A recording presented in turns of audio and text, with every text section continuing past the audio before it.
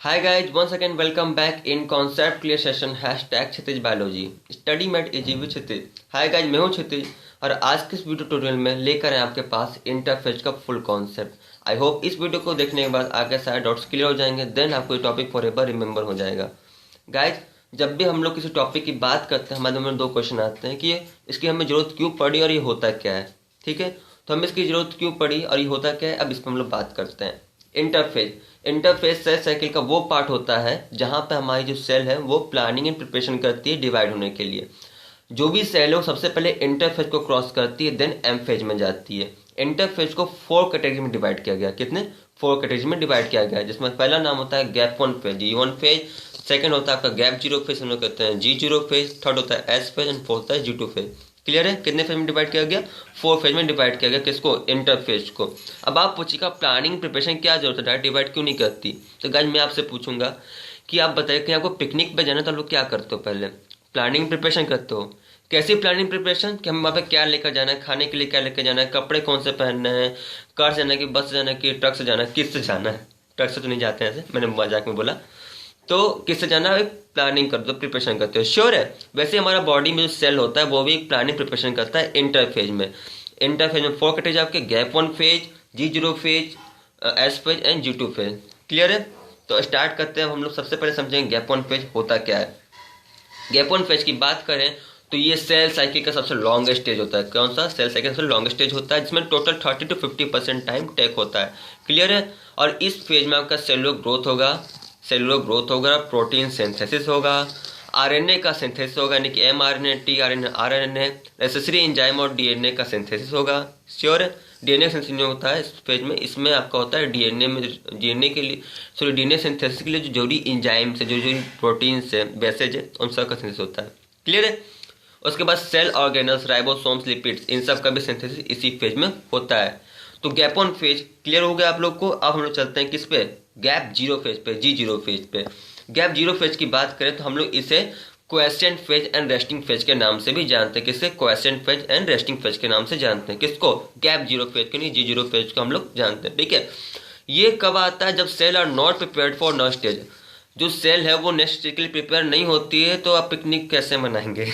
अगर cell next stage के prepare नहीं है तो वो उसको सेल को वहीं पे अरेस्ट कर लेता है। Cell are arrested.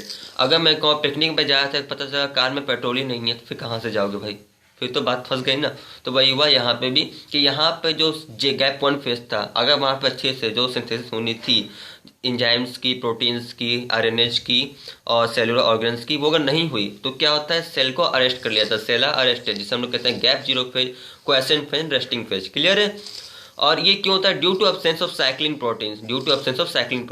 Cycling protein एक सबसे अहम भूमिका निभाते हैं। किसको? सेल साइकिल को कंट्रोल करने के लिए। ठीक है, तो ये बहुत ही इंपॉर्टेंट प्रोटीन होता है साइक्लिंग प्रोटीन, जिसका सिंथेसिस नहीं हो पाता है G1 फेज में। उसी वजह से क्या होता है, सेल साइकिल क्या होता है, यहाँ पे गैप 0 फेज में सेल चला जाता है हमारा। क्लियर है? चलिए चलते हैं हम लोग नेक्स्ट पेज पे। ओके गाइज, अब हम लोग समझेंगे S फेज। अगर G0 फेज नहीं आए किसी सेल के लिए, भगवान करे ना है, अगर आ गए तो बात की बात है, और आती भी है, आपके मसल सेल होते हैं, नर्व सेल्स होते हैं, वहाँ पे कभी आती है गैप 0 फेज। ठीक है, गैप 1 फेज में आपके सेल ने प्रिपरेशन की, फुल ग्रोथ किया, सब सिंथेसिस हुआ। अब S फेज में क्या होगा? S फेज आपका टोटल 35 to 45% टाइम टेक करता है, और इसमें होता है आपका रेप्लिकेशन। किसका रेप्लिकेशन होगा? डीएनए का। डीएनए रेप्लिकेट करेगा और हिस्टोन प्रोटीन्स का भी सिंथेसिस इसी फेज में होता है। क्लियर है? क्या होगा S फेज में? Replication of DNA and histone protein synthesis. DNA content become double, जो डीएनए कंटेंट था वो डबल हो जाएगा, दुगना हो जाएगा। क्लियर है? सिंथेसिस ऑफ कैंटोकोस, इसी फेज में आपके कैंटोकोस का भी सिंथेसिस होता है। श्योर? ये हो गया G1 phase, G0 phase, S phase. I hope आपको पूरा वीडियो समझ में आ रहा होगा। ठीक है गाइस, तो चलते हैं लास्ट फेज, जिसे हम लोग कहते हैं G2 फेज, यानी कि गैप 2 फेज। गैप 2 फेज बहुत कम टाइम समय लेता है, टोटल 10 to 20% टाइम लेने वाला है आपका। और 10 to 20% करेगा क्या टाइम?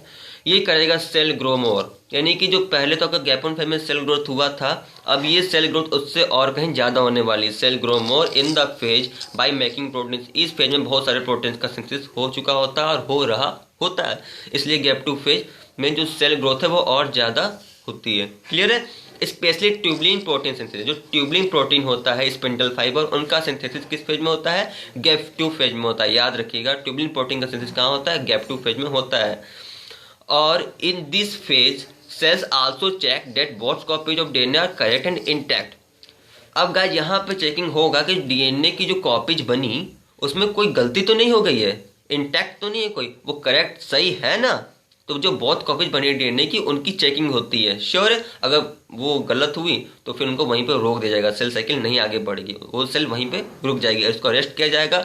या कंडीशन के ऊपर है कि आप अरेस्ट करने के बाद या तो कहीं आप अपने को सुधार लीजिए या तो सजाए फांसी, एपोप्टोसिस, जिसे आप लोग जानते हो कि एपोप्टोसिस में सेल खुद से सुसाइड करती है, सेल डेथ ऑर्गेनाइज हुआ था। ठीक है, cell is ready to enter M phase for division. अगर सब कुछ अच्छे से चला तो सेल एम फेज में डिवाइड होने के लिए चली जाएगी। क्लियर है गाइज? तो आई होप आपको वीडियो पसंद आया होगा। अब अगर आपको इसका नेक्स्ट पार्ट देखना तो एम फेज, यहाँ पे आपका एम फेज पर क्लिक कर सकते हैं और सेल साइकिल कंप्लीट कॉन्सेप्ट पूरे प्लेलिस्ट पे आप यहाँ पे क्लिक करके पूरे सेल साइकिल को फॉलो कर सकते हैं। प्लीज़ हमारे चैनल को सब्सक्राइब जरूर करें। Okay guys, thank you so much, thanks for watching. Okay, bye bye, Tata.